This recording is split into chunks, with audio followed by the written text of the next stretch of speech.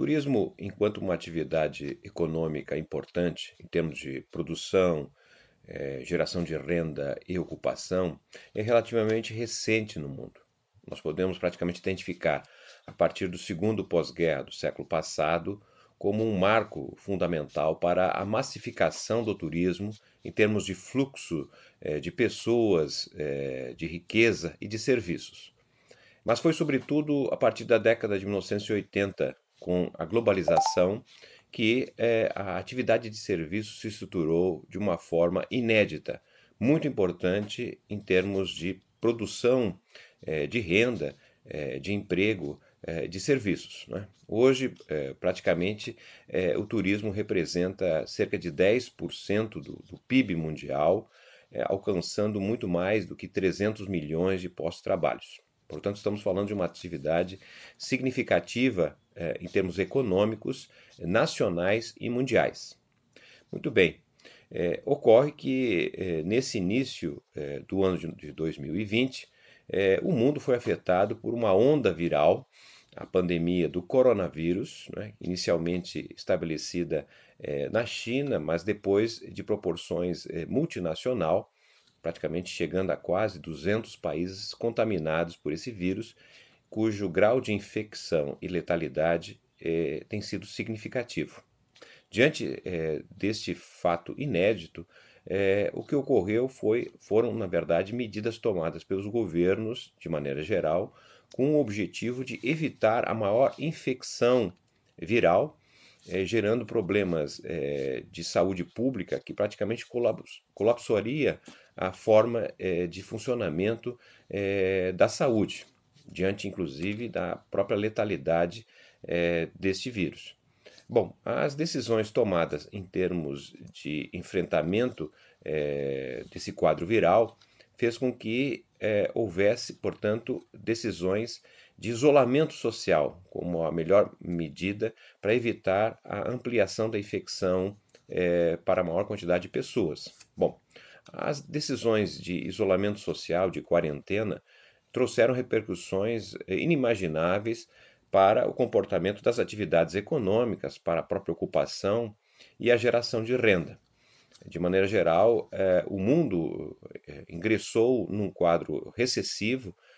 Há estimativas variadas, inclusive a expectativa de que a economia nesse ano mundial deva retroceder mais do que 3%, e ao mesmo tempo o comércio mundial será afetado negativamente, próximo de 10 pontos percentuais. Portanto, estamos falando de uma situação inimaginável do ponto de vista econômico, social. Essa parada econômica gerada pelo isolamento social trouxe, portanto, impactos generalizados para todas as economias. Mas um dos principais setores afetados terminou sendo justamente o setor de serviços e, em particular, o turismo. O turismo, na verdade, foi afetado em virtude não é, do risco de contaminação gerado pelo fluxo, pelo contato humano. Logo, as estimativas ainda iniciais apontam justamente por uma queda considerável no setor de turismo. A Organização Mundial do Turismo aponta, inclusive, uma possibilidade de queda nessa atividade em termos mundiais próxima a 40%. Portanto, estamos observando um impacto muito significativo no setor de turismo. Países como a Itália, França, Espanha, entre outros, que são receptores de uma massa humana significativa, registram quedas muito elevadas em termos da presença de turistas, né? Somente a Itália, por exemplo, registrou uma redução em termos de 81 milhões de turistas. Portanto, o quadro do turismo em termos internacionais foi muito afetado pela situação viral em 2020. No caso brasileiro, obviamente não se trata de um setor que ficou imune ao problema das decisões tomadas de isolamento social para enfrentar o coronavírus.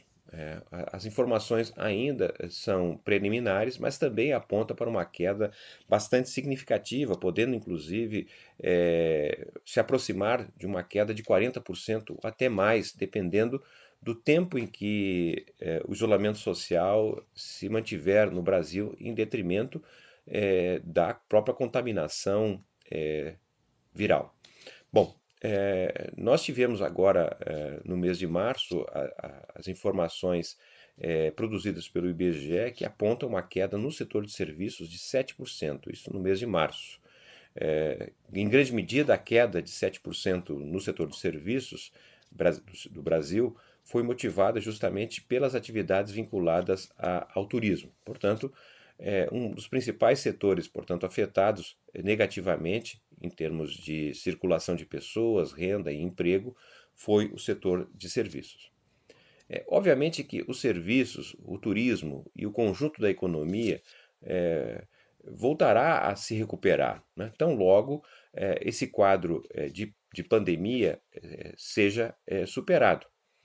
Ocorre que cada país vive uma circunstância específica e a saída desse quadro recessivo depende muito da forma com que o Estado vem atuando diante do problema da pandemia, né? Então, nós podemos, na verdade, simplificar em três aspectos a serem considerados a atuação do Estado, pois a partir desses três aspectos nós podemos avaliar em quanto tempo deverá ser decorrido a recuperação da atividade econômica, dos serviços e, sobretudo, do turismo, né?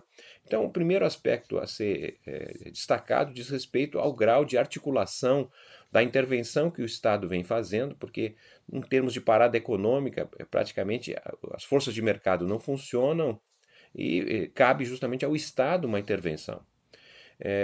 Comparando a situação do Brasil com a de outros países, nós percebemos que prevalece uma certa desarticulação entre as ações dos governadores e prefeitos e do governo federal, né? Sobretudo quando comparado, inclusive, com o Poder Judiciário e Legislativo.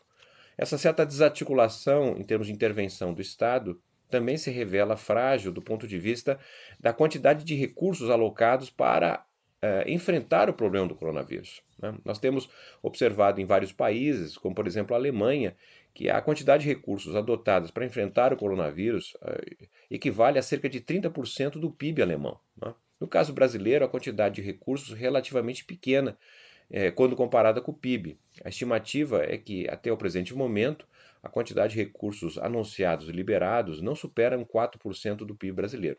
Essa quantia, que é significativa em termos nominais, mas em comparação ao PIB é relativamente pequena e coloca o Brasil no ranking mundial entre os países que menos recursos têm adotado para enfrentar o coronavírus, né? Bem, em virtude disso, poucos recursos fazem com que talvez a situação recessiva se prolongue e se aprofunde ainda mais, né? E por fim, cabe ainda considerar, diante dessa quantidade de recursos alocados para enfrentar o problema do coronavírus, o grau de seletividade. Isto é, se essas medidas que estão sendo tomadas, elas diferenciam classes sociais, diferenciam setores de atividade econômica, não é? O que nós temos percebido é que até o presente momento apenas 2,5% dos recursos alocados pelo governo para enfrentar o coronavírus são para a saúde. Então, a saúde não tem sido aquela receptora de mais recursos para enfrentar justamente um quadro de crise sanitária, né?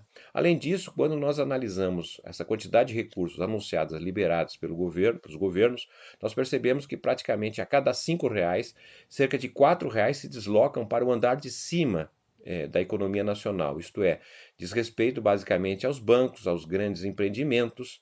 Logo, apenas R$ 1 a cada 4 está sendo alocado na base da sociedade, isto é, nos pequenos negócios, e para trabalhadores que estão sem renda, sem emprego. Então, nesse sentido, a preocupação maior é que nós precisaríamos corrigir um pouco em termos de articulação das políticas públicas, em termos dos governos federal, estadual, municipal, ampliar a quantidade de recursos para enfrentar o problema do coronavírus no Brasil e reduzir o grau de seletividade, pois quanto mais seletivos os recursos, possivelmente maior a desigualdade gerada pelo país. O Brasil pode sair da pandemia melhor do que entrou.